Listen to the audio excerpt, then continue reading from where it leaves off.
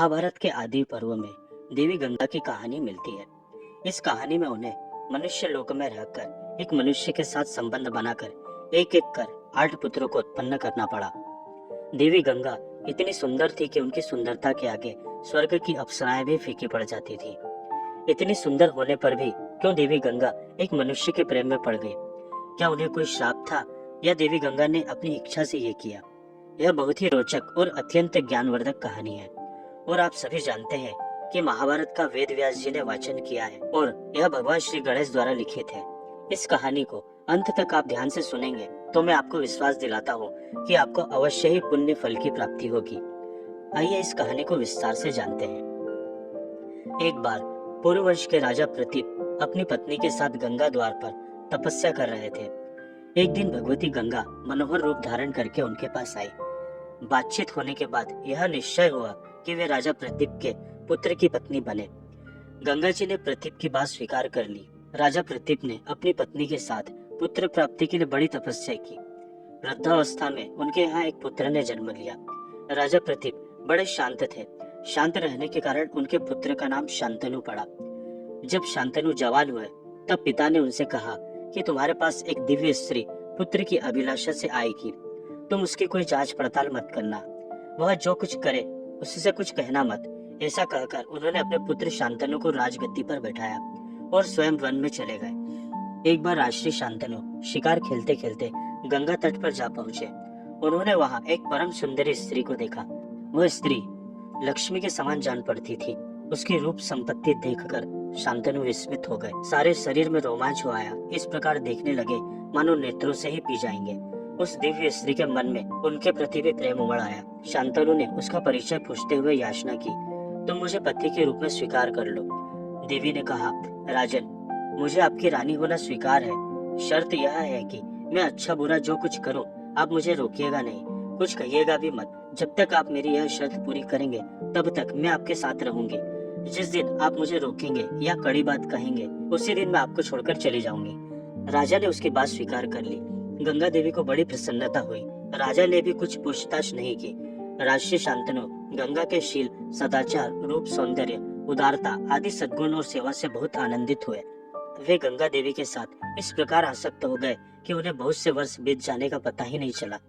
अब तक गंगा जी के गर्भ से 7 पुत्र उत्पन्न हो चुके थे, परंतु जो ही पुत्र होता त्यों ही गंगा जी, मैं तेरी प्रसन्नता का कार्य करती हूँ, ऐसा कहकर उसे गंगा की धारा में डाल देती थी। राजा शांतनु को यह बात बहुत अप्रिय मालूम होती, परंतु वे इस भय से कुछ बोलते नहीं कि कहीं यह मुझे छोड़कर चली न जाए। 7 पुत्रों की यही गति हुई। 8वां पुत्र होने पर भी वे हंस रही थी।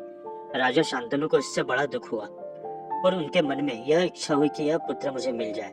उन्होंने कहा, अरे तू कौन है, किसकी पुत्री है, इन बच्चों को क्यों मार डालती है?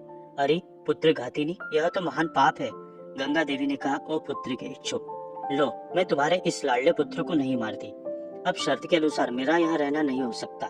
देखो, मैं गंगा हूँ, बड़े बड़े महर्षि मेरा सेवन करते हैं।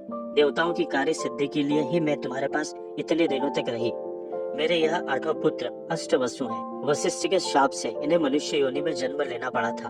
उन्हें मनुष्य लोक में तुम्हारे जैसे पिता और मेरी जैसी माँ नहीं मिल सकती थी। वसुओं के पिता होने के कारण तुम्हें अक्षय लोकों की प्राप्ति होगी। मैंने उन्हें तुरंत मुक्त कर देने की प्रतिज्ञा कर ली थी, इसी से ऐसा किया। अब वे शाप से मुक्त हो गए हैं। मैं जा रही हूँ। यह पुत्र वसुओं का अस्मांस है, इसकी तुम रक्षा करो। शांतनु ने कहा, वशिष्ठ ऋषि कौन थे? उन्होंने वसुओं को शाप क्यों दिया? इस शिशु ने ऐसा कौन सा कर्म किया है जिससे यह मनुष्य लोक में रहेगा? वसुओं ने मनुष्य योनि में जन्म ही क्यों लिया? ये सब बातें मुझे बताओ। गंगा देवी ने कहा, विश्व विख्यात वशिष्ठ मुनि वरुण के पुत्र हैं। मेरू पर्वत के पास उनका बड़ा पवित्र, सुंदर और सुखमय आश्रम है। वे वहीं तपस्या करते हैं। कामधेनु की पुत्री नंदिनी उनके यज्ञ का भविष्य देने के लिए वहीं रहती है। एक बार पृथु आदि वसु अपनी पत्नियों के साथ उस वन में आए। एक वसु पत्नी की दृष्टि समस्त कामनाओं को पूर्ण करने वाली नंदिनी पर पड़ गई। उसने उसे अपने पति द्यो नामक वसु को दिखाया। वसु ने कहा, प्रिय, यह सर्वोत्तम गो वशिष्ठ मुनि की है। यदि कोई मनुष्य इसका दूध पी ले तो 10,000 वर्ष तक जीवित और जवान रहे। वसु पत्नी ने कहा, मैं अपनी सखी के लिए यह गाय चाहती हूँ, तुम इसे हर ले चलो। अपनी पत्नी की बात मानकर द्यो ने अपने भाइयों को बुलाया और वह गो को हर ले गए। वसुओं को उस समय इस बात का ध्यान ही नहीं रहा कि ऋषि बड़े तपस्वी हैं और वे हमें शाप देकर देव योनि से च्युत कर सकते हैं। जब महर्षि वशिष्ठ फल फूल लेकर अपने आश्रम लौटे, तब सारे वन में ढूंढने पर भी उन्हें अपनी गौ नंदिनी न मिली। उन्होंने दिव्य दृष्टि से देखकर वसुओं को शाप दिया, वसुओं ने मेरी गाय हर ली है, इसलिए मनुष्य योनि में उनका जन्म होगा। जब वशिष्ठ मुनि ने वसुओं को शाप दे दिया और उन्हें यह बात मालूम हुई, तब वे उन्हें प्रसन्न करने के लिए नंदिनी सहित उनके आश्रम पर आए और उनसे शाप मुक्ति के लिए प्रार्थना करने लगे। तब वशिष्ठ ने कहा, तुम सब वसु तो एक एक वर्ष में ही मनुष्य योनि से छुटकारा पा जाओगे, परंतु यह द्यो नामक वसु अपना कर्म भोगने के लिए बहुत दिनों तक मृत्यु लोक में रहेगा। मेरे मुंह से निकली बात कभी झूठी नहीं हो सकती।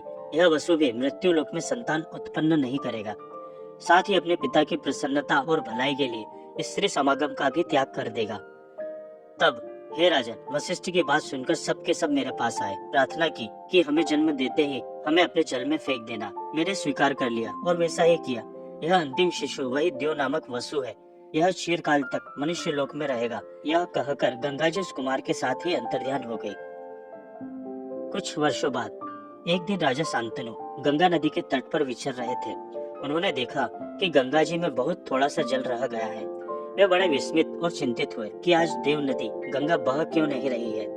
आगे बढ़कर उन्होंने खोज की, तब पता चला कि एक बड़ा मनस्वी, सुंदर और विशालकाय कुमार दिव्य अस्त्रों का अभ्यास कर रहा है और उसने अपने बाणों के प्रभाव से गंगा की धारा रोक दी है। यह अलौकिक कर्म देखकर वे अत्यंत विस्मित हो गए। उन्होंने अपने पुत्र को पैदा होने के समय ही देखा था, इसलिए उस कुमार ने राजर्षि शांतनु को माया से मोहित कर दिया और स्वयं अंतर्ध्यान हो गया।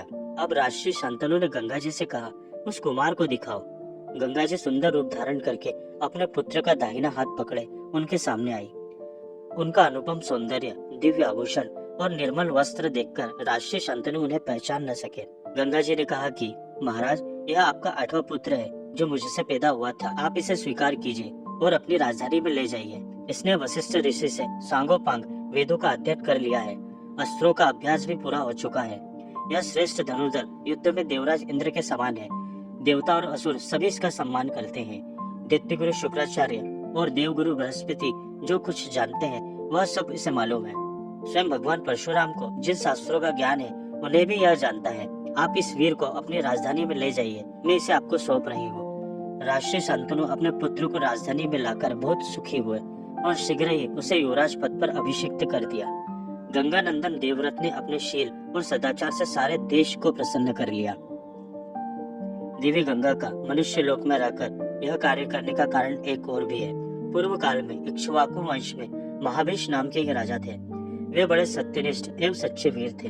उन्होंने बड़े बड़े अश्वमेघ और राजसूय यज्ञ करके स्वर्ग प्राप्त किया। एक दिन बहुत से देवता और राजर्षि, जिनमें महाबीज भी थे, ब्रह्मा जी की सेवा में उपस्थित थे। उसी समय श्री गंगा जी भी वहां आई। वायु के वेग ने उनके श्वेत वस्त्र को शरीर से कुछ खिसका दिया। तब वहां उपस्थित सभी लोगों ने अपनी आंखें नीची कर ली, परंतु राजर्षि महाबीज उन्हें देखते ही रहे। तब ब्रह्मा जी ने कहा, महाबीज, अब तुम मृत्यु लोक में जाओ। जिस गंगा को तुम देखते रहे हो वह तुम्हारा अप्रिय करेगी और तुम जब उस पर क्रोध करोगे तब इस शाप से मुक्त हो जाओगे। महाबीज ने ब्रह्मा जी की आज्ञा सिरोधार कर यह निश्चय किया कि मैं पूर्ववंशी राजा प्रतीप का पुत्र बनूं। गंगा जी भी जब वहां से लौटी तब रास्ते में वसुओं से उनके भेंट हुए। तब वे वशिष्ठ के शाप से श्रीहीन हो रहे थे। तब गंगा जी ने उनसे बातचीत करने के बाद यह स्वीकार कर लिया कि मैं तुम लोगों को अपने गर्भ में धारण करूंगी और तत्काल मनुष्य योनि से मुक्त कर दूंगी। और आगे चलकर शांतनु के पुत्र गंगा नंदन देवव्रत हे भीष्म पितामह के नाम से विख्यात हुए। धन्यवाद।